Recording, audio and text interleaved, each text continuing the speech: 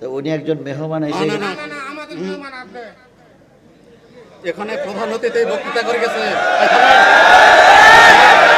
ভাই ওয়াজটা নষ্ট করেন না, ভাই ওয়াজটা নষ্ট করেন না, ওয়াজটা করতে দেন, ওয়াজটা করতে দেন ভাই, ওয়াজটা করতে দেন, ওয়াজটা করতে দেন ভাই, ওয়াজটা বিঘ্ন ঘটাইয়েন না। বসুন, আল্লাহর রাস্তায় বসে বলুন। কথাই বলে শোনেন, অস্ত্র জমা দিয়েছি কিন্তু ট্রেনিং কিন্তু এখনো জমা দেয়নি।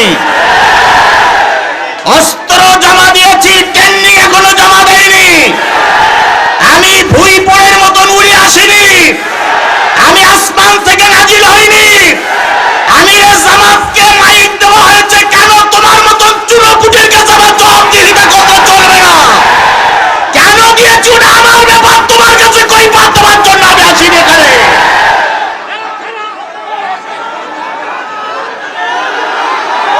বেয়াদবির শেষ থাকে। বসুন, বসুন।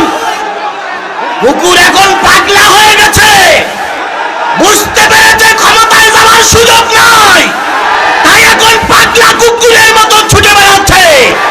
আল্লাহর কসম, আগামীতে ইসলাম ক্ষমতায় আসবে। যতই কামড়া কামড়ি করো, আসন নিতে পারবা না, পারবা না, পারবা না। বরং যত বাধা দেবা তত আওয়ামী লীগের মতন পছন্দ হবে।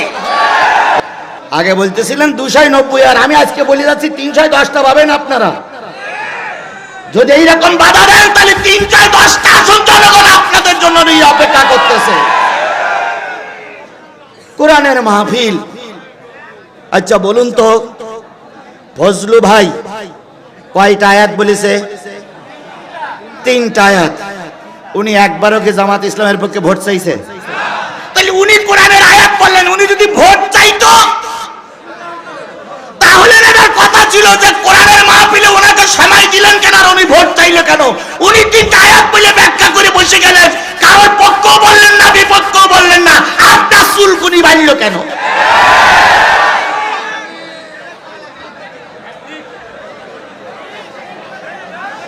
মনে করেন না আমরা নয়দা। বসেন, আমার কথাগুলো শোনেন, আল্লাহ আপনাদের পরে রহম করুক। শোনেন, আমি বলি, ওনারা যে কথাটা বলেছেন সে কথাটার পিছনেও কিছু যুক্তি আছে। ওনারা বলতে চাচ্ছে প্রধান অতিথির পরে আর একজনের বক্তৃতা করতে দেওয়া হলো কেন, এইটাই তো প্রশ্ন। আলহামদুলিল্লাহ, ওই প্রশ্নটা লিখে দিলে এত আর হইজাকার হইতো না যে হুজুর আপনি প্রধান অতিথিকে বক্তৃতা দিয়ে চলে গেল, আরেকজনকে বক্তৃতা করতে দিলেন কেন? ভাই, আমাকে বারবার কানে কানে বলা হচ্ছিল, কমিটির লোকেও বলছিল যে জেলা আমির সাহেবকে একটু মত বিনিময় করার সুযোগ দেওয়া হোক। আমি সেই সুযোগটা ওনাকে একটু দিয়েছি, তবে সবচেয়ে ভালো হতো যদি লিখিত প্রশ্ন আসতো, উত্তর দিতাম। আচ্ছা যাই হোক, ও প্রসঙ্গ বাদ দেন, ও প্রসঙ্গে একেবারে চুপ। ভাই আপনারা বসেন তো, এই স্বেচ্ছাসেবকের লোকেরা বসাই দেন তো, বসাই দেন। আমার ভাইয়েরা, তাহলে উম্মত মানে কি? এই কথা বলেন, উম্মত মানে কি? সেই উম্মত মানে দল। আমি বলতেছিলাম উম্মত মানে যে দল, এইটা জামাতের ভাইরা কোনো উত্তর দেবে না। উত্তর দেবে তাবলীগীর ভাইরা, উত্তর দেবে, উত্তর দেবে বিএনপির ভাইরা, উত্তর দেবে হেফাজতের ভাইরা, উত্তর দেবে চরমনার ভাইরা। উম্মত মানে যদি দল হয়, দলের কথা যদি কোরআন শরীফে থাকে, আমরা দল করা দলের কথা বলতে পারবো কি পারবো না?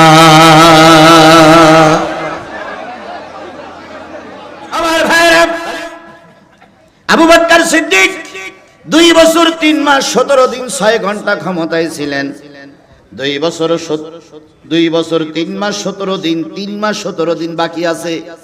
এমন সময় একটা ছোট্ট মেয়ে, ইহুদিদের মেয়ে, তিনি এসে আবু বকরের বাড়িতে এসে আবু বকরকে ডাকতে শুরু করলেন, আবু বকর, আবু বকর, ও আবু বকর, আমার মা আপনাকে তলব করেছে।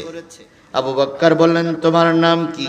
শিশুটির নাম বললেন, তোমার আব্বার নাম কি? আব্বার নাম বলল। তোমার নাম মার নাম কি? মার নাম বলল।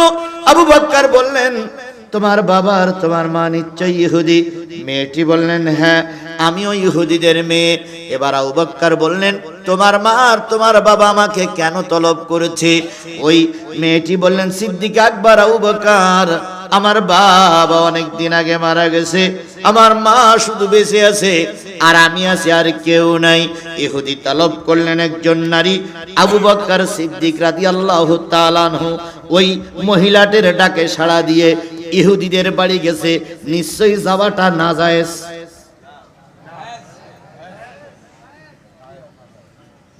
নিশ্চয়ই ইহুদিদের বাড়িতে আবু বকরের যাওয়াটা নাজায়েজ। নিশ্চয়ই আবু বকর ইহুদিদের বাড়িটা যেয়ে নাজায়েজের কারবার করেছে। যদি তাই না করে থাকে, হিন্দুরা কি আমাদের দেশের নাগরিক নয়? এই কথা বলেন, হিন্দুরা আমাদের দেশের নাগরিক নয়? তাহলে হিন্দুদের বাড়ি যদি ডাক্তার সাহেব যেয়ে থাকে, তোমরা কোন কাণ্ড কেন ফতোয়া দাও এটা নাজায়েজ?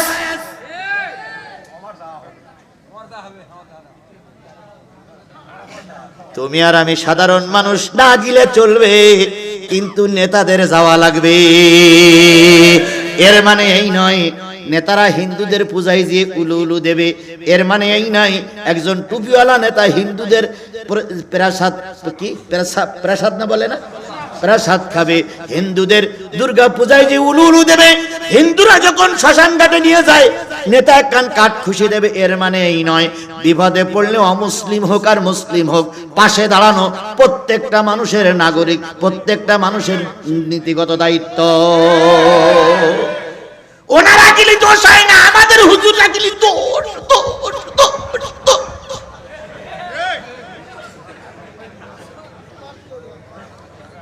আমি যাবার অনুমতি দেই না, আবার না যাবারও পক্ষে নয়, শুধু হাদিসটা শোনাচ্ছি জাতির জন্য।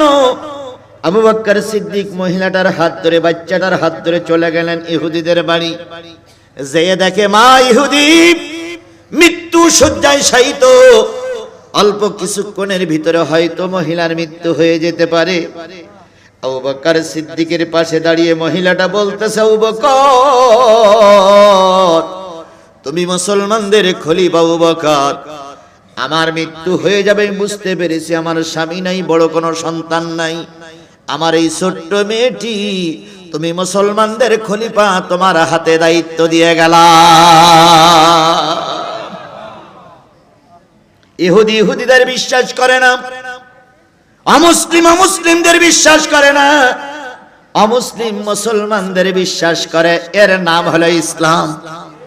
এর নাম কি? আমার দেশে ডাক্তার জাকির নায়ক আসবে, শুনেছেন আপনারা? আমার দেশে ডাক্তার জাকির নায়ক আসবে, আমরা সবাই খুশি না বেজার? কিন্তু ভারত আবদার করে বসে আছে ডাক্তার জাকির নায়ক আসলে নাকি তার হাতে তুলে দিতে হবে, কারণ ডাক্তার জাকির নায়ক নাকি তার দেশের একজন পলাতক আসামি। এই জন্য আমার দেশে যদি আসে তার হাতে তুলে দিতে হবে। আপনি দাবি করতে পারেন, দাবি করার অধিকার আপনার আছে। ভারতে এবার আপনার আমরা বলি আমাদের দেশের একজন পলাতক আসামি, আমাদের দেশের একজন ছেড়ে দেওয়া বেরিয়ে যাওয়া মেয়ে লোক আপনার দেশে পালাই আছে, আগে তারে ফিরত দেন, তারপরে জাকির নায়কের ফিরত দাবি করেন।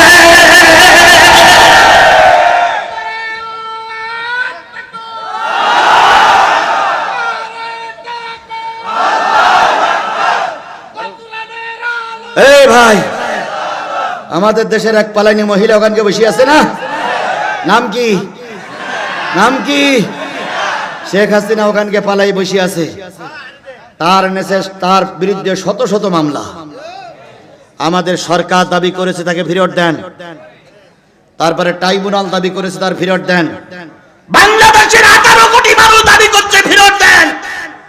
সে বেলায় আপনার কানের ভিতরে সুড়সুড়ি লাগে না, ডাক্তার জাকির নায়ক আসবে আর আপনার হাতে তুলে দিতে হবে। আসবে কিনা আমি জানি না, যদি আসে আমরা 18 কোটি মানুষ ওই ইসলামী সিফা ও সালারের জন্য জীবন বাঁচি রেখে ময়দানে থাকবো। তবু ইনশাআল্লাহ ইনশাআল্লাহ শরীরে এক ফোঁটা রক্ত থাকা অবস্থায় ডাক্তার জাকির নায়ককে ভারতের কাছে তুলে দেওয়া হবে না, হবে না, হবে না। এর জন্য যদি ডাক আসে ময়দানে নামবেন তো সবাই, এর জন্য যদি ডাক আসে ময়দানে নামবেন তো সবাই। ইনশাল্লাহ আমরা ডাক্তার জাকির নায়ক আসবে কিনা আমি জানি না, যদি আসে আমরা তার প্রোটোকল দেব, আমরা তার নিরাপত্তা দেব, জীবনের ঝুঁকি নিয়ে যদি সে আমাদের দেশে থাকতে চায় আমরা থাকার ব্যবস্থা করব, কারণ সে আমার একজন মুসলিম ভাই। ভারত তুমি গাদ্দারি করতে পারো, আমি গাদ্দারি করতে পারি না। কিছু কিছু লোক বলতেছে, কিছু কিছু লোক বলতেছে যে আমাদের সঙ্গে ভারত আছে, আমাদের সঙ্গে আমেরিকা আছে, ভোটটা আমারই দাও, আমরা ক্ষমতায় থাকতে পারবো। আর জামাতের সঙ্গে আমেরিকাও নেই, ভারতও নেই, এই জন্য জামাত যদিও ক্ষমতায় যায় টিকতে পারবে না। এরকম কিছু লোক বলতেছে না, এরকম কিছু লোক বলতেছে না। আমরা ভারতের সহযোগিতা নিয়ে ক্ষমতায় যেতে চাই না, আমরা আমেরিকার সাপোর্ট নিয়ে ক্ষমতায় যেতে চাই না। আমার দেশে আছে 18 কোটি জনগণ, আর আমার উপরে আছে আমার মালিক আল্লাহ। আমার আল্লাহ যদি সহায় থাকে, 18 কোটি মানুষ যদি আমার সাপোর্ট দেয়, ভারত আমার একটা কেলাও সিটতে পারবে না। সুতরাং সাহায্য চাইব কার কাছে? এই কথা বলেন, কার কাছে সাহায্য চাইবেন? আল্লাহ আমাদের পাশে থাকলে আর কারো দরকার আছে? আর কারো দরকার আছে? তার জ্বলন্ত প্রমাণ আমরা 5 তারিখের পরেই দেখাই দিয়েছি। কথা বলেন, কথা বলেন, কথা বলেন। আল্লাহ আগামীতে ঐক্যবদ্ধ হয়ে থাকার তৌফিক দান করুক। আবু বকর সিদ্দিক রাদিয়াল্লাহু তাআলা আনহু মহিলাটার পাশে দিয়ে বসলেন। কিভাবে বসেছিলেন আল্লাহই ভালো জানে। মহিলা বললেন, আবু বকর, আমার স্বামী নাই, আমার বড় সন্তান নাই, মেয়েটারে তোমার হাতে তুলে দিয়ে গেলাম, কিছুদিন পর আমি মৃত্যুবরণ করব, আমার মেয়েটার দায়িত্ব তুমি নিও। আবু বকর সিদ্দিক রাদিয়াল্লাহু তাআলা আনহু বললেন, ও বোন, তুমি নির্বিঘ্নে নির্ভয়ে চলে যেতে পারো।